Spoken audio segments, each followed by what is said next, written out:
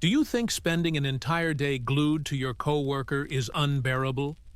Well, imagine cramming yourself into barely 2 square meters with 40 sweaty men, where the bathroom is nothing but the endless sea, where your bed is a set of damp oars, and where someone's breakfast might very well be their last.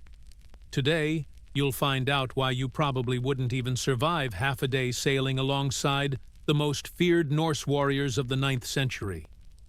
And trust me, seasickness is the least of your worries. So dim the lights, grab something warm to wrap around you, and join me on a voyage you'll never forget, if you manage to make it to the end. Welcome to another boring story to fall asleep to, where the past makes you grateful for even the worst day of modern life. Right now, wherever you are, on your couch. Perfect. Already tucked into bed? Even better. Close your eyes if you like, or keep them half open, because you're not there anymore. You're on board a Viking longship in the year 847, cutting through the icy waters of the North Sea, and your life will never be the same again. Oh, and if you enjoy this strange trip into the past, hit that subscribe button. But only if you really like this unsettling way of telling stories. We're not here to pretend we're best friends, right? Now, let's begin. You wake up with a strange sensation. Something cold and wet splashes across your face. It isn't rain. It's seawater, mixed with the sweat of 40 warriors, and best not to imagine what else. Your eyes open slowly. You're lying on a rough oar, covered by a sheepskin that reeks as though it has rotted under the sun. Look around. To your right, a bearded Viking snores so loudly, it's as if thunder is trapped inside his chest. To your left, another coughs up something dark red, likely more teeth lost to last night's storm. Forget your memory foam mattress.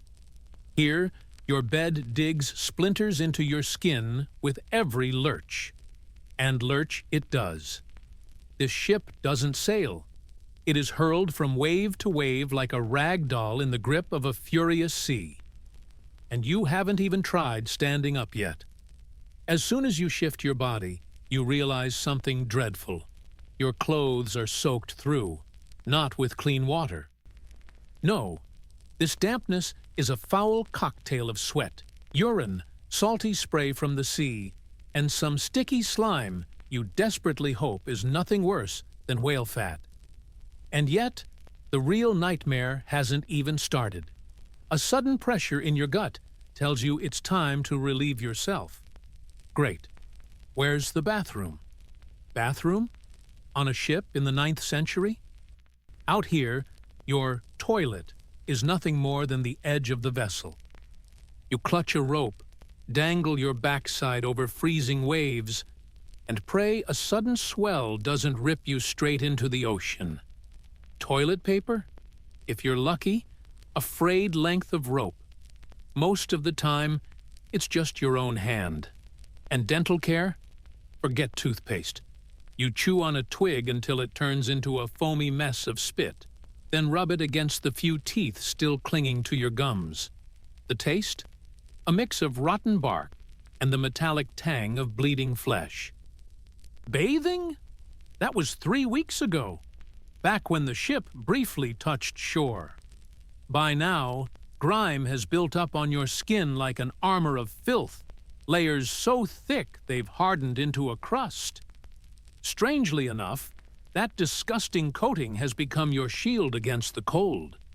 And to think, you complain when your shower takes half a minute to heat up. But hold on, you haven't even seen what passes for breakfast. Remember that blissful moment when you open your fridge and choose from a dozen kinds of fresh food? Forget it. Your morning meal is a slab of dried fish so hard it could double as a rock. You have to suck on it for 10 minutes just to soften the edges before tearing a shred loose with your teeth. The texture? like gnawing on sun-baked leather drenched in salt.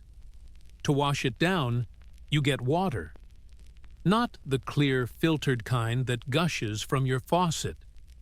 This water is dark, with a metallic bite, and tiny specks wriggling inside. You pretend not to notice. And if fortune smiles on you, truly smiles, you might get a hunk of bread. Not fresh, golden bread. This one is carpeted in thick green mold, fuzzy like a pet you never asked for. The Vikings don't scrape it off. Adds flavor, the elders mutter, chewing proudly with the few teeth they've got left. But you don't even manage to swallow it all, because now it's time to work. Grab your oar. No, not those polished little ones from a fitness center. This is a rough, heavy log of oak, thicker than your torso, studded with splinters that dig into your palms every time you pull. You've got to row in perfect rhythm with 39 other men. Miss the beat once, and the captain cracks your skull. Miss twice, and you're fish food. Feel your hands starting to blister? That's expected. 2 hours later, the blisters burst, turning into raw wounds. 4 hours in, the handle feels coated with soap, but it's your own shredded skin making it slick. Stopping isn't an option. If the ship doesn't move, everyone goes down. Your back burns. Every vertebra pops like a twig snapping underfoot. Your arms turn numb, which is almost a blessing, because numbness is kinder than pain. And there are still 12 hours left until the sun sinks. And that's before the truly disgusting part of the day even begins. Forget your soft cotton shirts that smell of detergent. Here you're wrapped in a coarse wool tunic that has never seen a wash. Not once. It's been handed down from warrior to warrior, soaking up layers of sweat, dried blood, and body grease until it shines with filth. How does it feel? Like sandpaper glued to your skin. Every shift grinds the fibers into open sores that never heal, because they never stay clean. But the fabric itself isn't the real nightmare.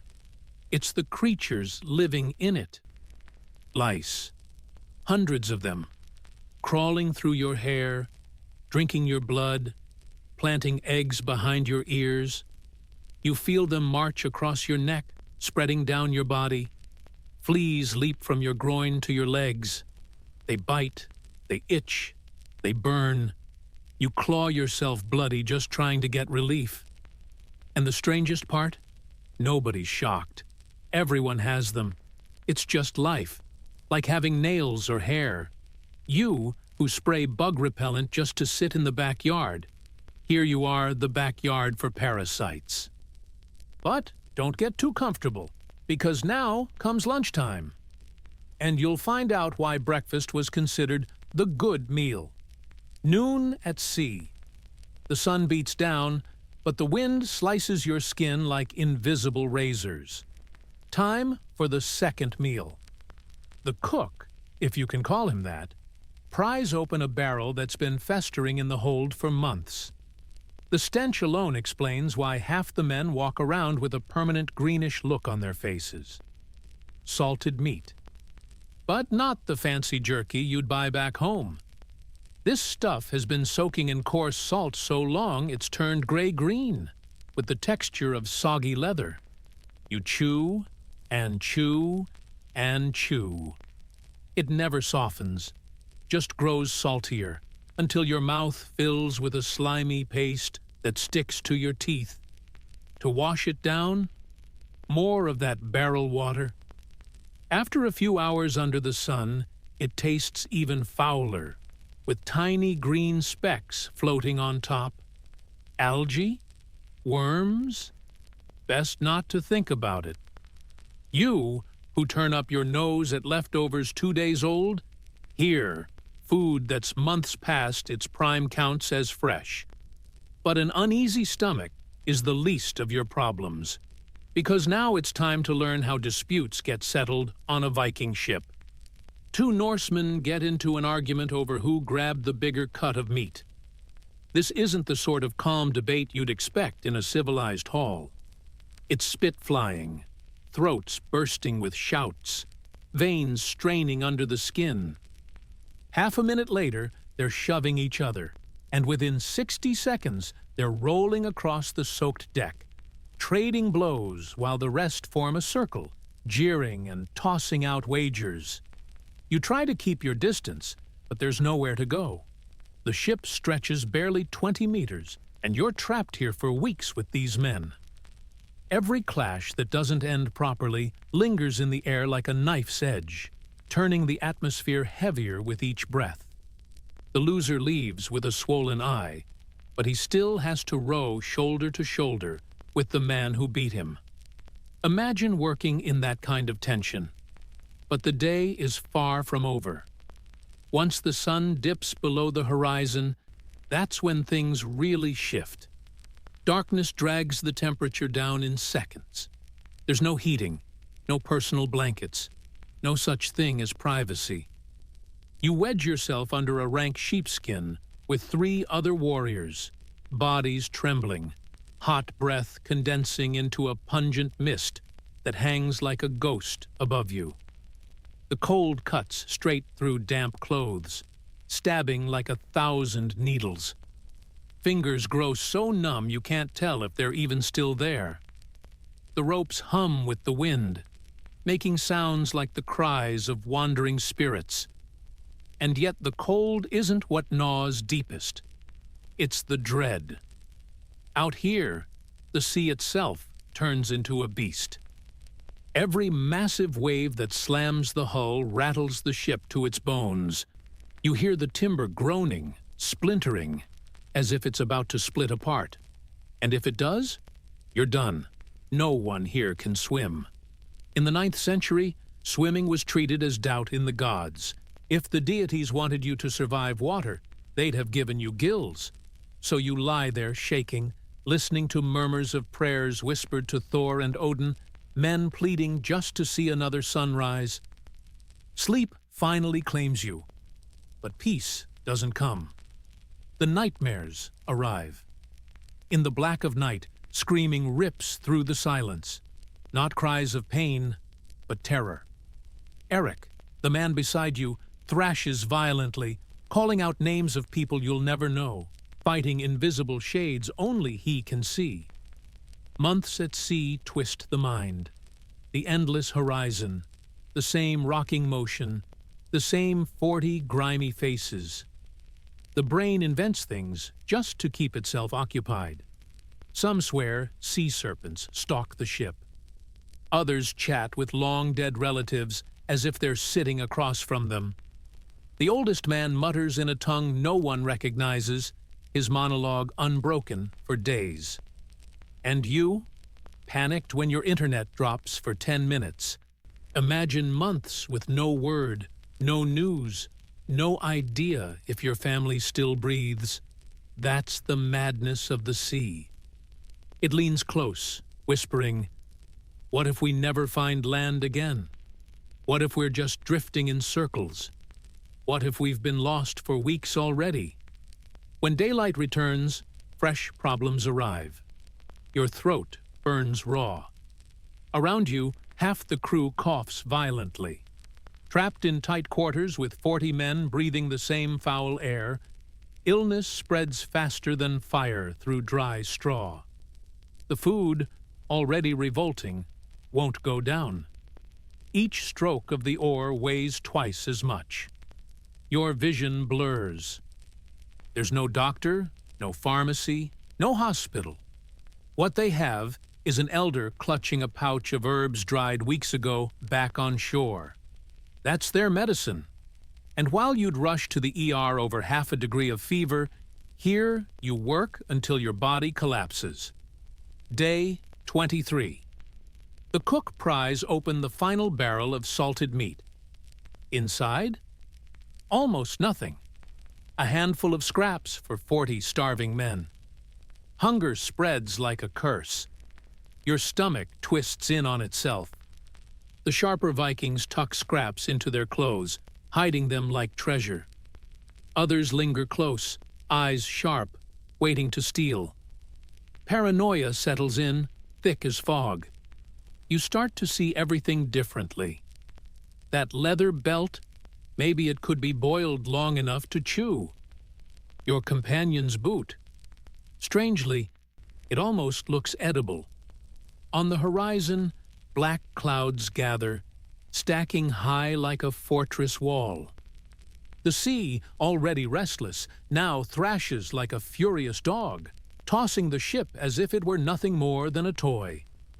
The waves rise, first rocking the vessel like a cradle, but with no kindness in the motion. Then higher, then monstrous. A wall of water crashes over, drenching everyone in ice. You're slammed against the wooden planks. There are no life jackets, no radio, no GPS. If you go under, you're gone. You claw at a slick rope, clinging, fighting not to be spat out into the black water. Your stomach revolts, and you vomit. Yet it hardly matters. Another wave instantly scrubs the deck clean. Here, the ocean provides its own housekeeping service. And you, the one who panics when a plane shakes a little? Picture a soaked wooden roller coaster with no seatbelts, running for endless hours. The storm eventually loosens its grip, but it leaves a gift behind. Half the provisions ruined, fresh water tainted with salt. Now drinking means choosing between thirst and faster dehydration. And the storm wasn't the worst part. The silence afterward was. 40 broken men, staring at each other, knowing the journey will only get harder.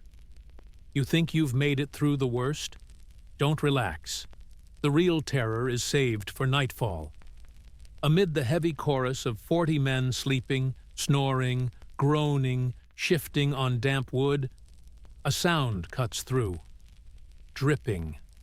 Not rain. Water seeping in through the bottom. A board in the hull has cracked. And this isn't a dramatic flood like in the movies. No, it's worse. Slow. Relentless. A liquid hourglass counting down the time you have left. 40 Vikings, men who stood unflinching against waves 10 meters high, now frozen, eyes fixed on that crack. No one moves. The air turns heavier with each drop. The answer? Someone must dive beneath the ship, into the freezing black water, and patch the wound with pitch and wood. If no one does it, everyone sinks together. You scan the faces around you. They scan back. And you realize every single pair of eyes has turned on you. The youngest, the weakest, the most expendable. The captain doesn't ask, he points. It isn't a suggestion, it's an order. You complain when the shower takes too long to warm up. Out here, the bath is in the Arctic, and there's no choice. A rope is tied around your waist. Not for safety, no. It's just so that, if you black out, at least they'll have a way to drag the body back. Practical, right? You step to the edge of the ship.